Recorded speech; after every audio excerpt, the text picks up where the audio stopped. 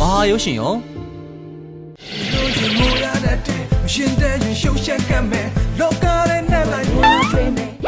ပြူးရလေခင်ဗျားတို့သူ့ကိုဖျားမှုမသွားနိုင်နဲ့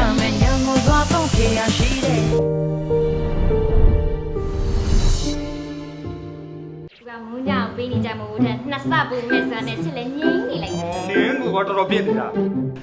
မလတ်မောင်နေတဲ့တဲလေးရတယ်နော် ကမလေး ကိုသူကပြက်ဆက်အတွက်လေ့ကျင့်နေကြတာ တို့ဖက်ဒီနေ့တဲလေးရပြင်းနားလာကြည့်အကြံရပြီဘာကြံလဲ ခင်ဗျာကျိုးတို့အိမ်မှာအိမ်မောဆိုပြီးဒါကျိုးတို့မိသားစုကိုဟုတ်တယ်အဲ့တော့ဒီညကျုပ်ခိုင်းမှာလား အပတ်စဉ်စနေနေ့တိုင်းည9:55မဟာ TV Channel မှာစောင့်မျှော်ကြည့်ရှုအားပေးကြပါအောင်ခင်ဗျာ